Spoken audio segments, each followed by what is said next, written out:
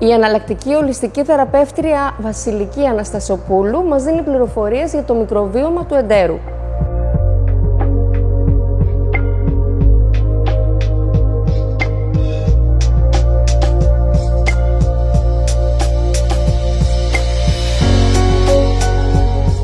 Σήμερα μιλάμε για ένα γιγάντιο γεγονός, το μικροβίωμα του εντέρου.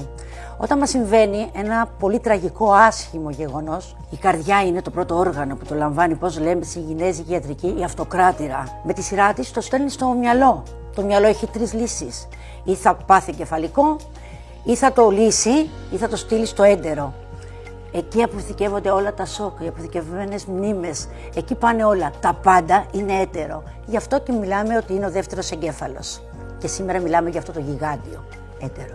Θα σταθώ σε μία λέξη που κράτησα στο μυαλό μου και για το οποίο θέλω να μιλήσουμε. Τι είναι το μικροβίωμα, Βασιλική? Είναι τρισεκατομμύρια βακτήρια ή μύκητες που είναι μέσα στο παχύ μας έντερο. Έχουμε βακτήρια και στα μάτια μας και στη σπλήνα μας και στο δέρμα μας, αλλά τα τρισεκατομμύρια βρίσκονται στο παχύ έντερο. Να φανταστείς μόνο, όσο είμαστε όλος, ο άνθρωπος έχει τόσα πολλά κύτταρα, το έντερό μας έχει 3 εκατομμύρια πιο πολύ από ότι είμαστε ολόκληροι. Εκεί πρέπει να είναι 80% καλά βακτήρια και 20% κακά. Αν γίνει μια ανταρσία και πολλαπλασιαστούν τα κακά, εκεί είναι και η δυσαρμονία. Γεννιόμαστε με το μικροβίωμα. Γι' αυτό είναι πολύ καλό να γεννιέται ένα παιδί κανονικά και όχι με καισαρική. Γιατί από το κόλπο της μανούλας παίρνει το μικροβίωμα.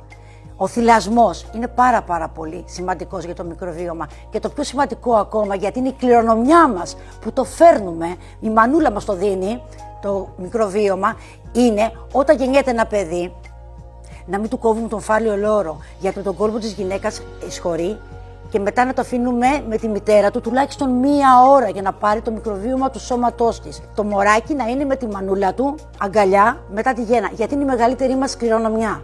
Να φανταστείς μόνο ότι όλη αυτή η μυομάζα που έχουμε μέσα μας, το μικροβίωμα, η μύκητες, είναι 2,5 με 3 κιλά. Κουβαλάμε βακτήρια, ιούς, στο έντερό μας μόνο 2,5 με 3 κιλά. Είναι τεράστιο. Πολύ ωραία, αλλά πώς καταλαβαίνουμε εμείς οι άνθρωποι ότι δεν έχουμε καλό μικροβίωμα? Έχουμε παχυσαρκία, έχουμε αϊπνία, έχουμε άγχος, έχουμε στρες, έχουμε εκζέματα. Ο καθρέφτης του εντέρου είναι το δέρμα μας. Όταν βλέπουμε θαμπού το δέρμα με εκζέματα, με ψωρίαση, όταν βλέπουμε ότι έχουμε στρες, άγχος, τότε κάτι συμβαίνει. Δεν υπάρχει άνθρωπος παχής που να μην έχει θέμα με το μικροβίωμά του. Και ποιοι είναι οι παράγοντες που βλάπτουν το μικροβίωμα?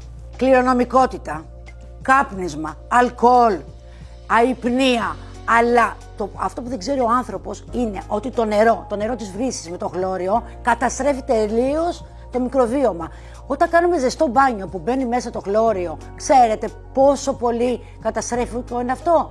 Τα χαμάμ που πάμε καταστρέφουν το μικροβίωμα, το στρες, η αϊπνία, η κακή διατροφή. Ότι δεν κάνουμε αναπνοές, δεν αναπνέει ο άνθρωπος σωστά. Είναι γρήγορη η αναπνοή του, δεν είναι βαθιά. Όλα αυτά είναι επιβλαβήσιμα. Ανέφερες το πιο σημαντικό πράγμα της ζωής μας, το νερό.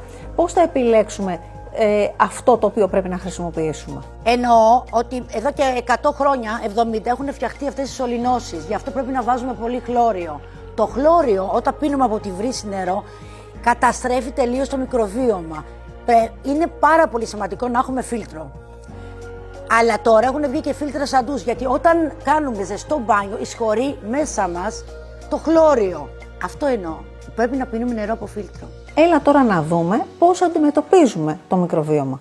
Με την καλή διατροφή, με τα προβιωτικά και τα προβιωτικά, όπως έχω πει σε όλες μου τις συνεντεύξεις, ότι πρέπει να κάνουμε ξινολάχανο, με το γιαούρτι, με το κεφίρ, με την άσκηση, με τις αναπνοές, τη βαθιά αναπνοή, να κάνουμε παύση. Οι άνθρωποι κάνουν πολύ γρήγορα αναπνοή, δεν θυμούνται την ημέρα πόσο έχουν αναπνεύσει. Με την ηρεμία, με το περπάτημα, με τη γυμναστική, η φύση πάρα πολύ, με το καθαρό νερό όπως είπαμε πριν. Η διατροφή μας πρέπει να έχει τροφές, όπως είναι τα μεγάλα ψάρια όπως θέλει να τρώει ο Έλληνας, έχουν υδράργυρο, μικρά ψάρια, καλή διατροφή. Φαντάζομαι ότι θα υπάρχει κάποιος διαγνωστικός έλεγχος για να δούμε την κατάσταση στην οποία βρίσκεται το δικό μας σώμα. Με την κολονοσκόπηση βρίσκουμε πάρα πολλά θέματα, δεν βρίσκουμε όμως ποτέ το μικροβίωμα. Δεν βρίσκεται.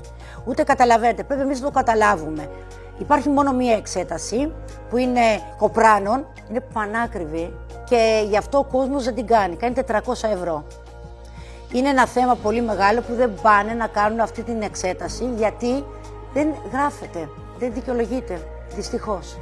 Είναι μόνο αυτή η εξέταση που μπορεί να δείξει. Καμία άλλη εξέταση δεν μπορεί να σου δείξει για το μικροβίωμά σου. Δεν έχει σημασία πόσο στοιχίζει μια εξέταση. Σημασία έχει ότι σήμερα δίνουμε στους τηλεθεατές μας να καταλάβουν τι πρέπει να κάνουμε, ποια είναι αυτή η εξέταση. Τώρα από εκεί και πέρα ο καθένας θα αποφασίσει για τον εαυτό του και θα το πράξει όποια στιγμή είναι ικανός για να μπει σε αυτή τη διαδικασία.